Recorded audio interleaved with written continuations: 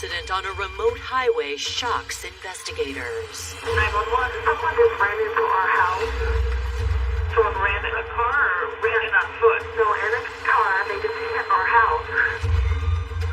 We opened up the door to the car and we noticed that she was blue.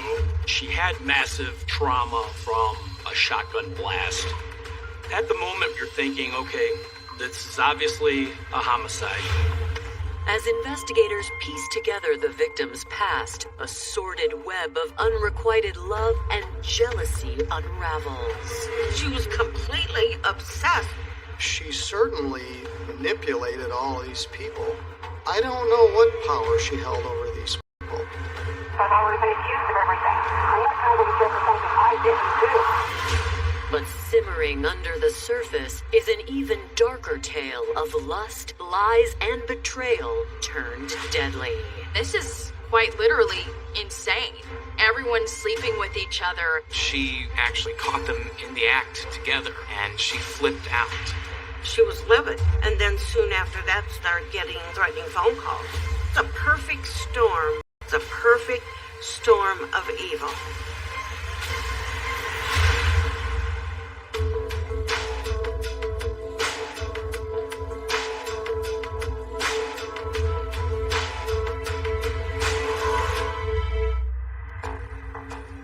February 19th, 1996.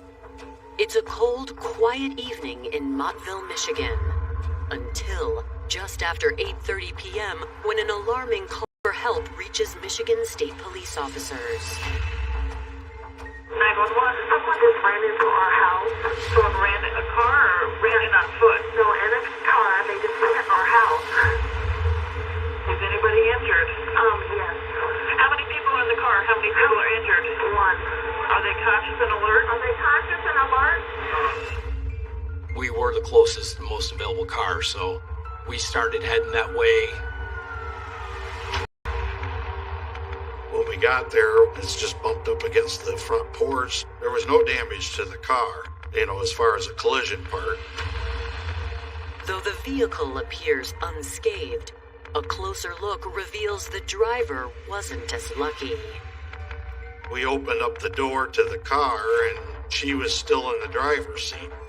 But we noticed that she was Way that this crash didn't involve the type of impact that would cause somebody to die from the injuries involved in the actual impact with the house. You're starting to think of, okay, is this medical related, drug related?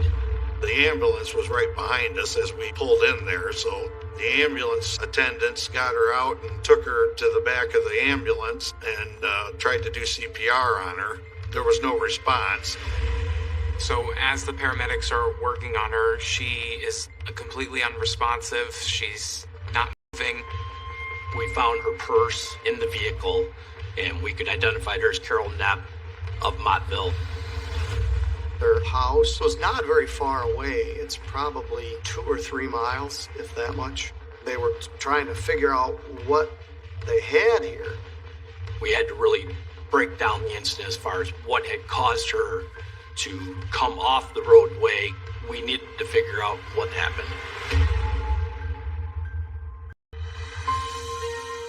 Born in 1967, Carol Summey grew up in rural southern Michigan.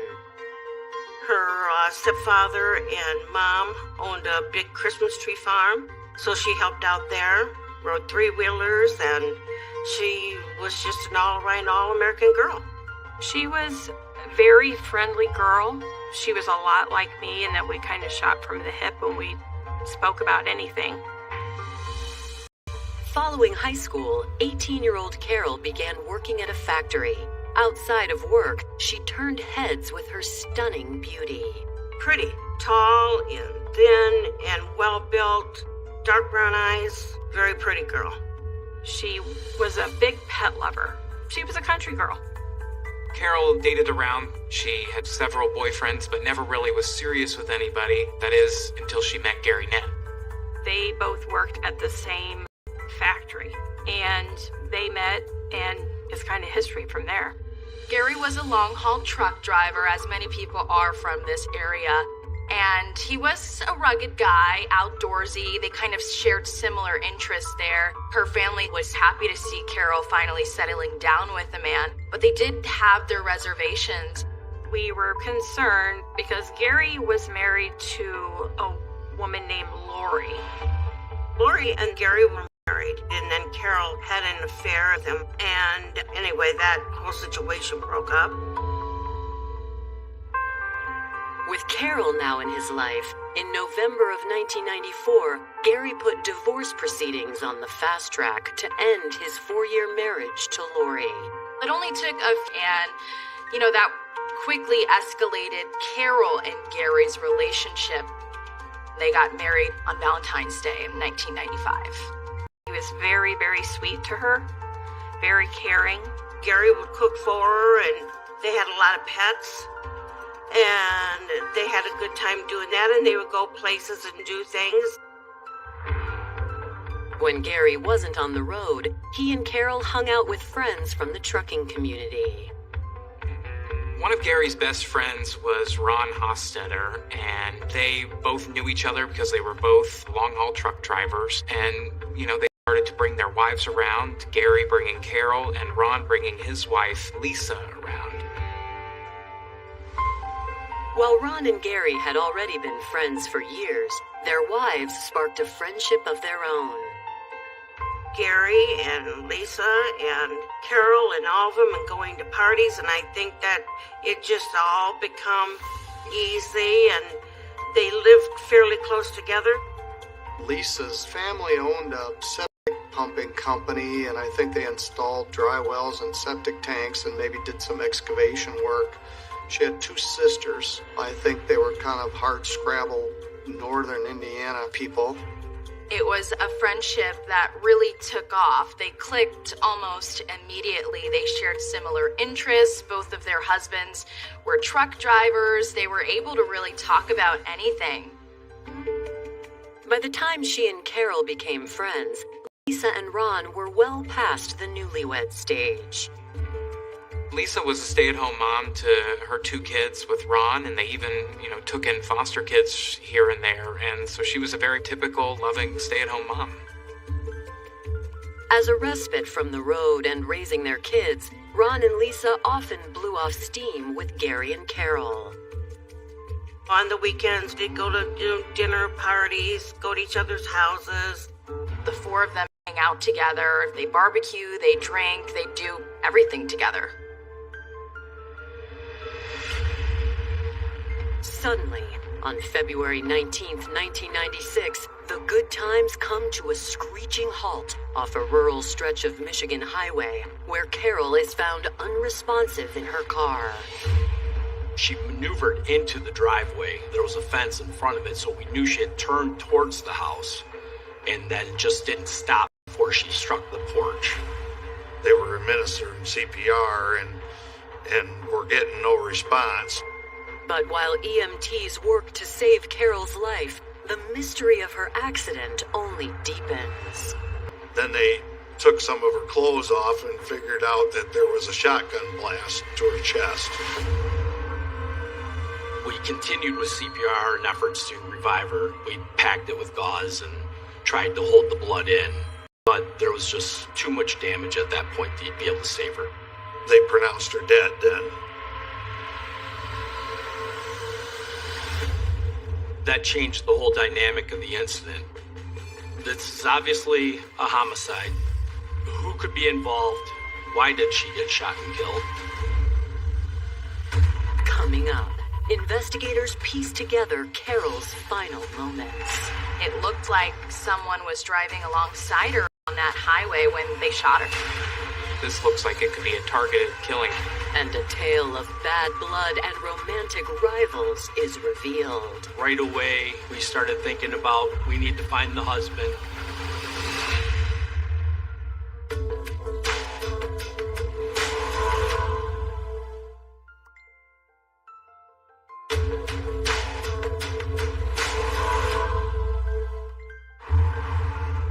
In rural St. Joseph County, Michigan, a quiet home has just turned into the scene of a homicide investigation. It looked like a car crash at first, but then when police got there, they realized that a woman was shot to death inside that car. The Michigan driver's license identified her as Carol Knapp. She had massive trauma from a shotgun blast to her back, upper shoulder, which would have been fatal within moments. We don't have that kind of crime in that area, and everybody was kind of stunned that it happened. Police started really looking throughout this entire crime scene to sort of figure out what happened. During a canvass of the scene, we were able to locate a glass debris field from where we could tell a window had been broken in glass pattern in the roadway. So we protected that so that we could get some more evidence from the actual road where we then believed the actual shooting had happened. The debris field in the roadway was found probably about a quarter mile or less from where she actually turned into the driveway and then crashed into the house. It does seem like Carol was trying to get help by continuing to drive to this person's house after she was shot. Investigators doubt Carol's death was random. It looked like someone was driving alongside her on that highway when they or if anyone else was with her. The area is basically a farming community lined with farm fields and farm housing. Not very many people live there. This highway goes through a pretty rural area of town. This looks like it could be a targeted killing. Investigators hope to locate an eyewitness to piece together Carol's final moments. The people who called were concerned. They were obviously jostled awake by the car hitting the front porch. But as far as anger or scare or anything like that, no, it was just a normal, caller. You don't know who might be a suspect, so you want to get everybody that's there and get a name and what you were doing before this happened and so on. Michigan State Police investigators are looking at the neighbors in the area where Carol crashed. They figured out that no one really knew Carol, and it didn't make sense that any of those neighbors would target her or want to hurt her. With no additional leads from the crime scene or its surroundings, investigators have their next destination in mind. The registration for the vehicle provided us her home address. Right away, we started thinking about, we need to find the husband. We knocked on the door and no answer at the door. It's completely dark. It doesn't look like anybody's even home. And as they're leaving, a man sort of comes around the house, and it's Gary Knapp. He seemed kind of nervous. It was odd that he just showed up out of the blue. Gary was asking in some form what happened to my wife before they had a chance to say anything to him. His whole affect was off. The officers were considering him to be a suspect. They're kind of asking, why does he think something is wrong with Carol? And Gary explains himself. Carol worked at night, and she had just started this shift where she was going to be in the plant, I think by herself, starting from about 9 o'clock at night. And she said, well, call me when I get to work to make sure I got there all right, although I don't think it was very far. So he was unable to reach her, and he wanted to know what was going on. Gary says his concern led to an investigation of his own. Gary explained to investigators he figured out that something might be wrong with Carol and she might be in danger. He started looking around the surrounding area. He knows which way Carol takes to work, so he's kind of looking for any clues as to what might have happened. Back up. Gary and Carol only had one working car. Lisa drove up there to bring a vehicle to Gary that he could then use. With Gary's initial statement easing investigators' suspicions, they finally reveal Carol's fate. When police do tell Gary that his wife has been shot and killed, it was sad. It was something that really shook him. As Gary reels from the news, a car pulls up to his house. Lisa shows up at Gary and Carol's home, and at that time, investigators are still at the house talking to Gary. And when she finds out what happens to Carol, her first reaction is to comfort Gary and kind of be someone for him to lean on. She was inquisitive. She wanted to know what happened and what was going on, and at that point, they didn't know a lot. While investigators allow Gary some time to process the news, they pull Lisa aside for a quick interview. She tells the cops that, Carol adored Gary. They had a loving relationship. However, Lisa explains the origin of Gary and Carol's relationship was shrouded in scandal. Gary and Carol had a pretty steamy affair going on until his wife, Lori, actually caught them in the act together. And when she did that, she flipped out. Police are quickly learning that this is a love triangle. According to Lisa, it's possible the bad blood between Lori and Carol has now led to bloodshed. There was implications that Lori was still angry that Carol had stolen her husband. Coming up, a new red flag flies high. Lori's a truck driver, and they figured out that one of Lori's routes that she drives on is the exact road where Carol was shot. And layers of infidelity muddle the case. Everybody was with everybody. It was just such an ongoing mess. Carol found in Gary's truck a love letter.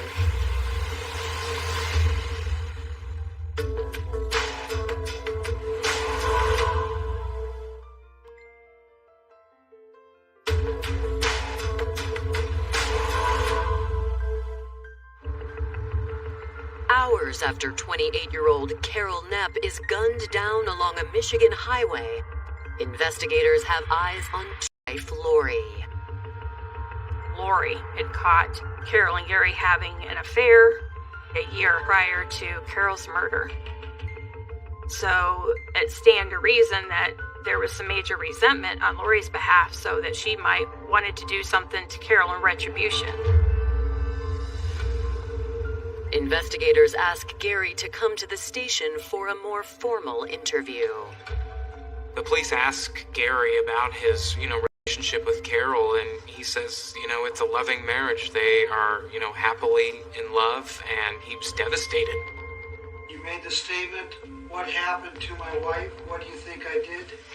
Why did you make that statement? They asked me what happened this evening. I didn't know what was going on. I heard the ambulances going through, but didn't think anything about it. Why were you going to check up on your wife? Because she wasn't at work. He tells them that he was home at the time of the murder. He was making calls to Carol's work and calls to Lisa to try and find her. According to Gary, the couple had been on edge ever since they'd been receiving some threatening messages on their answering machine. Carol was getting threatening phone calls, and she was pretty worried about that. So they were trying to figure out where they were coming from. It's a man, an unidentified man, who's calling the residents and threatening Carol. Gary says one phone call said something like, hey, you need to leave her alone or we're going to party, or something to that effect. Gary tells them that this is something that's been happening for months. She was scared, so she changed her phone number and she changed her hours so they didn't know when she was going to work and coming home. When the messages kept coming, Gary and Carol had an idea who might be behind them. He believes that Lori might be behind those threatening voicemails because he thinks that Lori never got over him. As for Gary, initial doubts of his innocence have begun to dissolve. Yesterday, did you shoot Carol? I did not shoot her.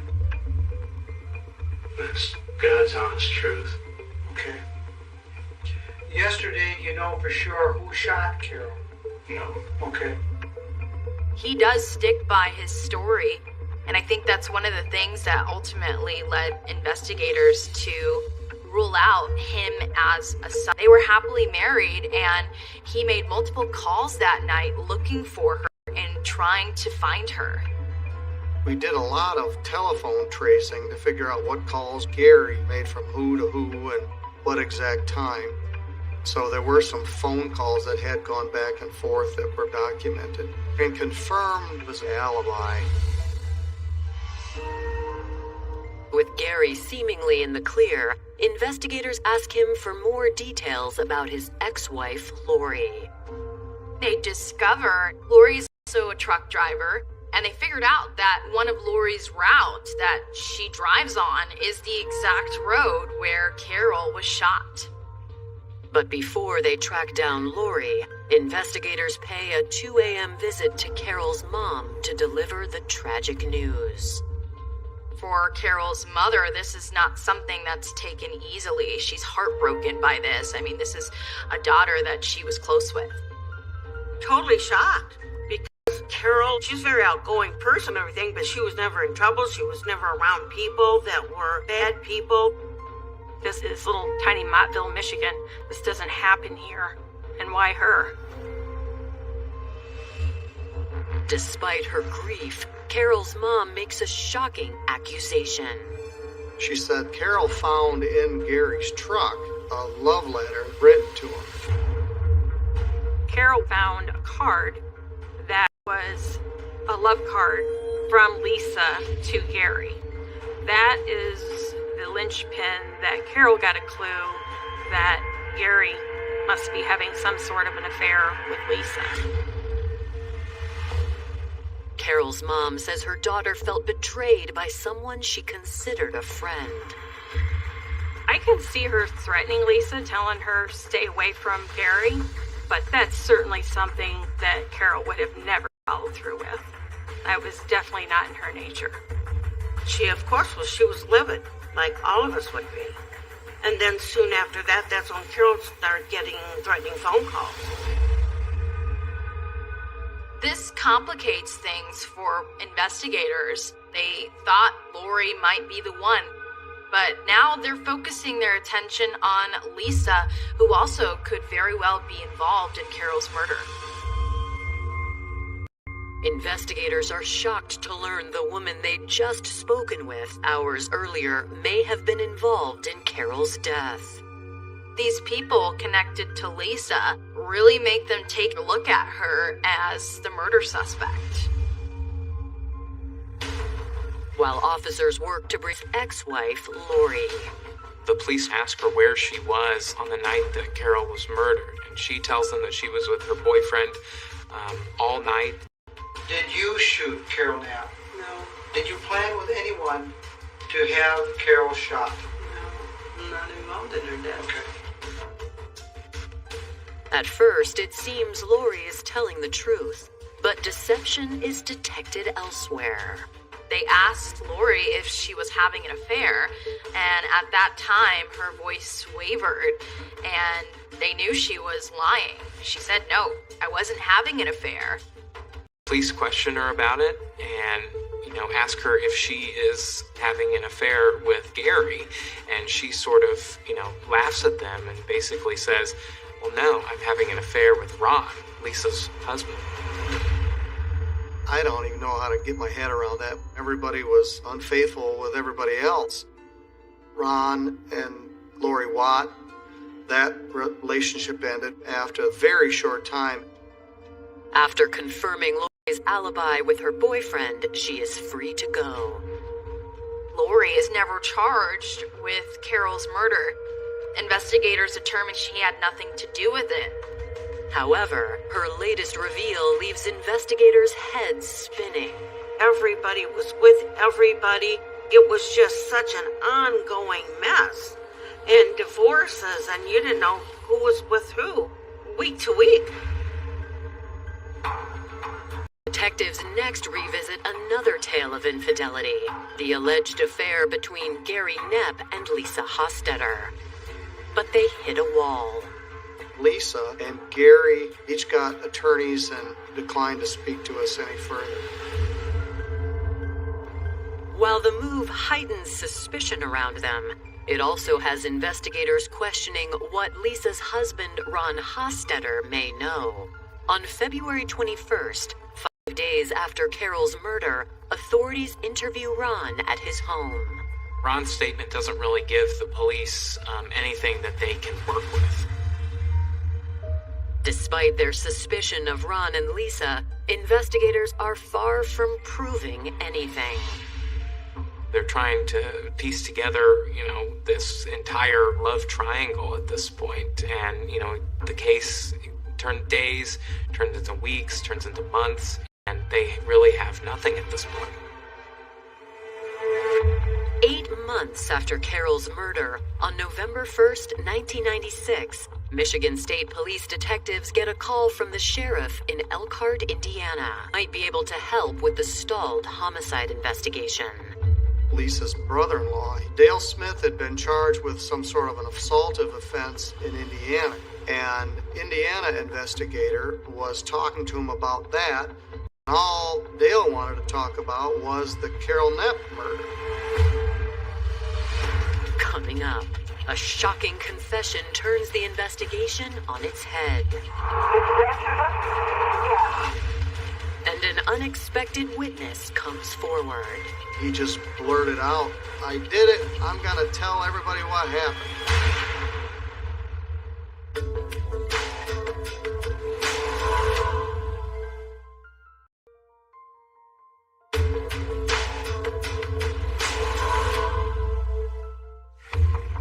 In November of 1996, 8 months since the murder of Carol Knepp, Michigan State Police detectives traveled to Indiana to interview Dale Smith, brother-in-law of murder suspect Lisa Hostetter, hoping to connect Ron and Lisa to Carol's murder. He said he was there, they talked about it, they planned it, but he was absent from the shooting. He said Ron drove 105 miles an hour down the toll road, brought him the guns, and told him to get rid of them. Though Dale's statement reinforces investigators' belief that Lisa Hostetter was behind Carol's killing, a destroyed murder weapon makes it difficult to prove. It was a very excruciating, unpleasant time in our lives. I personally was very worried that this was never going to be resolved. Finally, on April 3rd, 1998, 2 years after Carol's murder, Lisa shocks detectives when she contacts them. About a year after Carol was murdered, Lisa divorces Ron, and then she ends up moving in with Gary. This kind of raises some red flags because it doesn't look good for her at this point. But now it seems Lisa has no reason to cover for her ex any further and decides to tell all.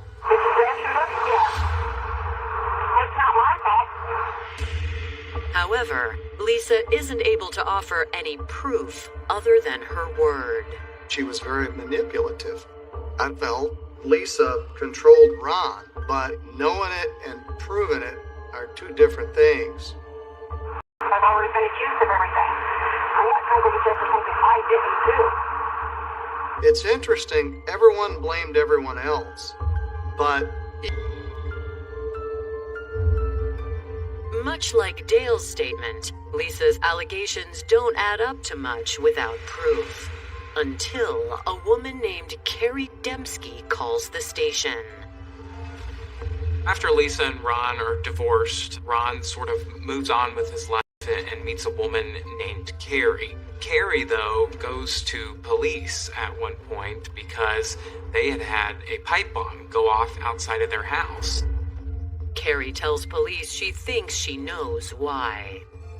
Carrie told the police that she suspected that that bomb was to keep Ron quiet about something that he knew about Carol Knepp's murder. Carrie tells police that they've been receiving threatening phone calls from Lisa. And it did seem like Lisa was worried that Ron might say something about Carol's murder. Carrie reveals that she and Ron are actually outside the station in the parking lot. But when detectives invite the shell-shocked couple inside, they find Ron less than forthcoming. You don't kill Carol. No. My dad said, what do you think? I don't know. Ron had some sort of not very tight alibi. His story is that he was home at the time of Carol's murder. They're sitting there wondering, well, what is this guy here for? They think that he's holding back. It didn't make sense to investigators. Ron leaves investigators with more questions than answers. But they refuse to let the case go cold. And 2 months later, their efforts finally pay off. We invoked the potential of a federal grand jury. We never actually did it, but the fact that the feds were involved was intimidating to people. And I think people's conscience just got the better of them. This was a big wake-up call for Ron. I think he decided that it was time to come clean. He hired some attorneys, and they approached us and said we would like to maybe give some information. There was a meeting set up at the FBI office in Kalamazoo, and Ron was there with his lawyer. And finally, he just blurted out, I did it. I'm going to tell everybody what happened. And then Ron pretty much laid it all out. Now willing to cooperate, Ron explains that in February of 1996, he and Lisa were back on good terms after her affair with Carol, that Carol had been threatening her.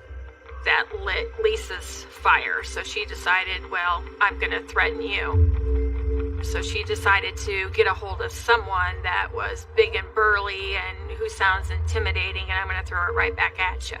So there were phone calls made to her residence, some of which I understand she actually had conversations with, and some were actually recorded on her machine. According to Ron, Lisa claimed the phone messages didn't work, and Carol was taking her threats a step too far. Lisa perceived something, that Carol was somehow threatening her children. That's how I think Lisa got Ron saying she may harm our children. Fearful for the lives of his kids, Ron says he agreed Carol needed to go and decided to help Lisa's brother-in-law Dale carry out her plan. Dale wanted to be a part of Lisa's family. He kind of felt like an outsider, and this was his way in. Ron says Lisa stalked Carol to figure out her commute to work and back. This is the highway that Carol takes to work every day. And once Carol was driving by, that's when they were supposed to take her out. On February 19th, 1996, Ron says the trio put the plan into motion. Ron was driving and Dale was in the passenger seat. They knew when she was going to be leaving and what route she was going to be taking. Lisa was waiting outside of Carol's house and radioed to Ron and Dale that she was leaving and she was going to be driving by. According to Ron was driving and they saw the car, they pulled out. Ron pulled up beside her and Dale pulled the trigger.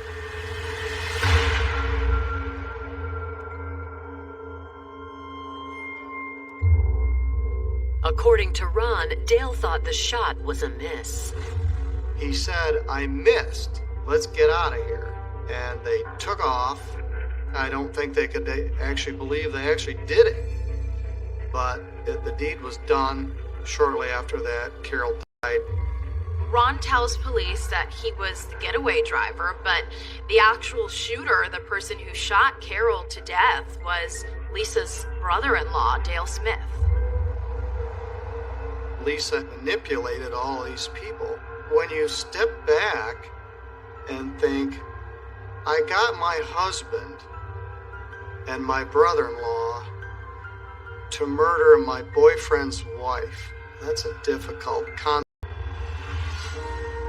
As for Gary, Ron says he knew nothing of the plan to kill his wife. Police never found anything that indicated that Gary was a part of Carol's murder. Ron says Lisa even had a plan for how they would get away with it. Ron explains to investigators that Lisa really wanted to frame Lori for Carol's murder. Police believe that Ron is telling the truth. He legitimately fears for his life because of Lisa's actions, and they do think he is telling the truth. As detectives prepare to make the long-awaited arrests, prosecutors hit a snag. Prior to 2000, in Michigan, the spousal privilege was with the defendant. You could claim the spousal privilege. If you were married at the time of a commission crime, you couldn't testify against one another. They were married during that commission, so that communication is privileged information. Coming up, Lisa won't go down without a fight. She turned to the family and she said that she was innocent, that she didn't do this. Well, they all pointed the finger in a circular roundabout.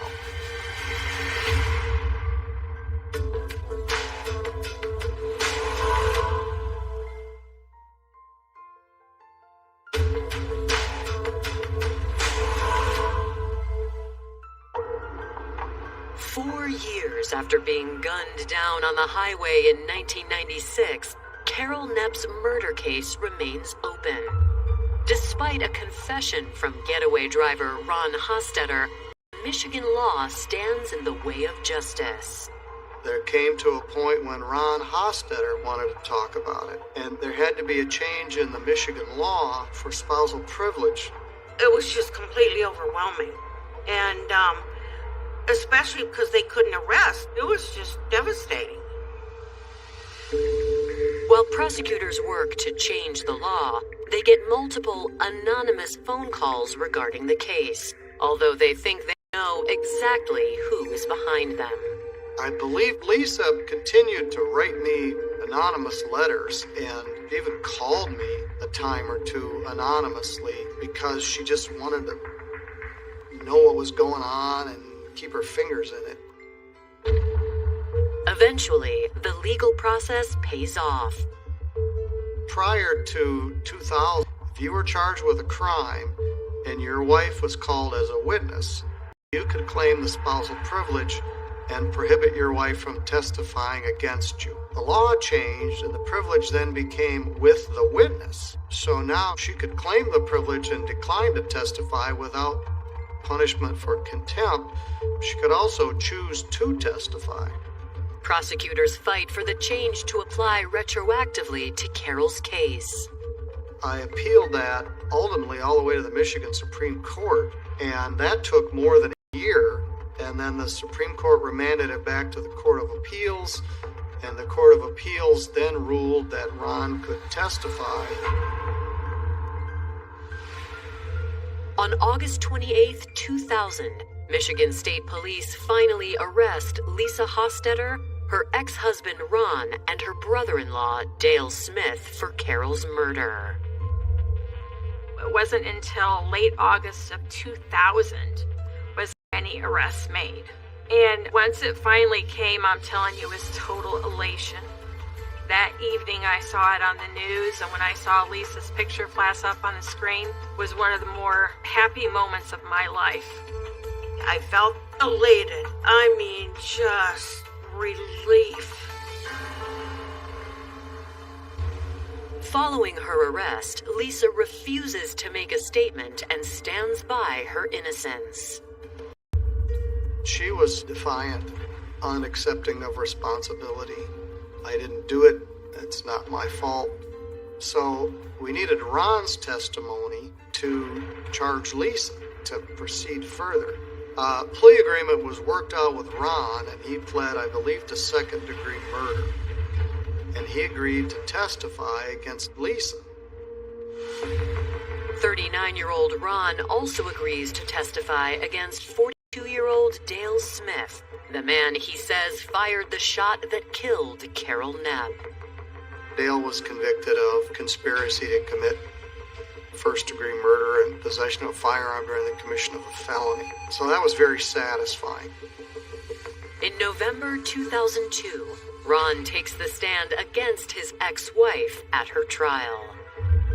Ron's testimony ultimately amounted to him saying Lisa was a manipulative, evil person. She manipulated the men in her life to kill Carol and end up with Gary. She certainly manipulated all these people. She had an effect on other people that were willing to follow her lead. I think she wanted Gary, I believe. Lisa's attorneys continue to claim that Ron and Dale acted alone.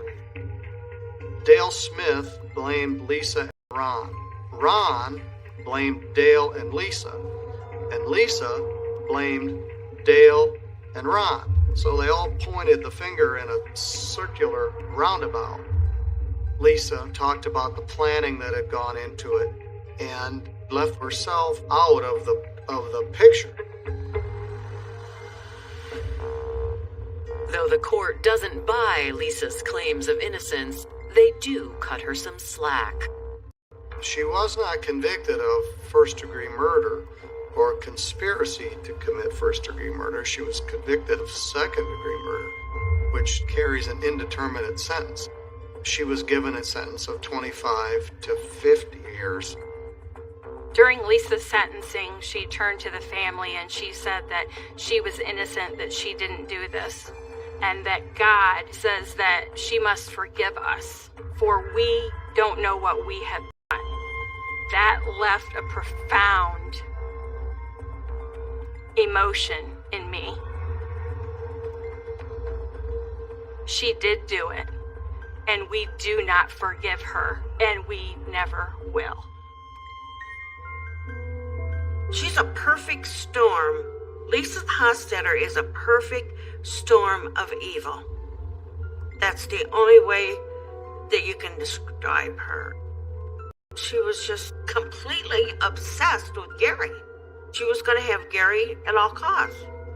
A good life taken for absolutely no reason. No reason other than someone wanted your husband. And they'll do anything to get it.